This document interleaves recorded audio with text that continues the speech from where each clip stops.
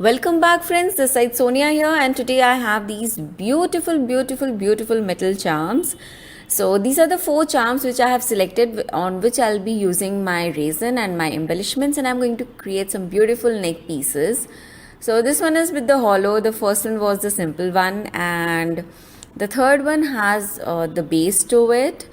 And as you can see that there are hooks to add up your chain, but completely different designs, and they look absolutely gorgeous.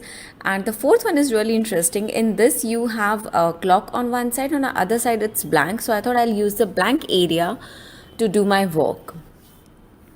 Now to start with, first I need to have some embellishments, and one thing that you get these charms in such packets, and they are absolutely easily available. I'm also sharing the links.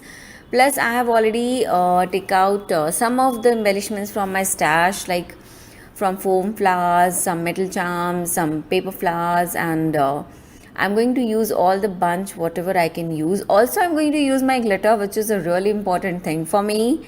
And these are the tiny mini stones, fine balls from nail art kit, and I think I will be using those. And these are some really cool charms.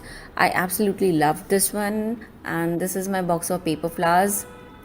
This is just one box. I have at least 4 more boxes, and this is my resin mix. I have already done a video about the ratio of the resin mix what I use, so I'm sharing up the link up. Do check that. So let's get started.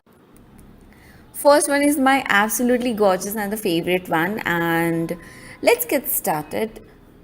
So for this I am first going to pour in some resin, and that is how I'm going to start my pendant work. So with the ice cream stick I'm just going to pour a few drops of resin, and I'm going to make sure that I spread it really well on my complete base. And your ice cream sticks are really easy to use, and you don't have to clean it, just use it and then you're ready to go. So usually what I do is I have one ice cream stick, I use it, I keep it in a container upside down, and then I let it dry, and then I use it again. Now here I'm going to use really shiny sparkly stones, and actually I'm making all these pendants for my daughter and for my nieces, and I hope they like them. And they all are really small, so they like these typical girlish thing, the pink, the glitters, the shinies. So I thought of using all the bright colors here. Now these are the foam flowers which I'm going to use, and with my palette knife I'm actually going to use my palette knife to locate my embellishments, just in case if I want to shift it here and there. And now I am going to stick all the flowers in this. I'm not going with any particular pattern here. It's just that while I was working, it just worked out for me, and I really liked it, so I sealed that project. Now, like you saw me using some foam flowers and shiny stones here, you can even use your natural flowers, you can use your dry flowers, and they are going to work perfectly for this. Now the reason why I've added my resin to the base is so that it sticks well, and then over the top I'm going to add some more resin. Whenever you are adding resin, please make sure that you don't overdo with the resin work. It is going to leak, and that is not going to work really good. During this video you will see me doing that. Yes, I did those mistakes, but then I quickly cleaned it up. You will see that. Now adding some glitters here is a must for me. Like I said, these embellishments and pendants are for teeny mini girls, so I just felt that they might like it. So here I'm just going to sprinkle a tinge of glitter on this.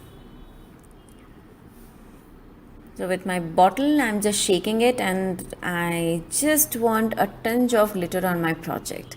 Now while working on this, I actually felt that something is missing.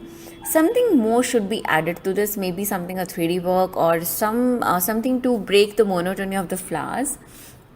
So I came up with this idea of using these small golden balls. These are really small balls, and I'm just going to dip it on my resin, and this works really well. I have a huge collection of shaker elements. I have a huge collection of beads and stones, the wooden stones. So likewise, like for this particular project I used this one, but you can play around with the supplies which you have, you can play around with the material what you have in your craft room, and trust me, whatever you make, it is going to come out really really well. So now here I'm almost done with the sticking work of my small stones also, and this looks absolutely gorgeous, and now I'll keep it aside for drying.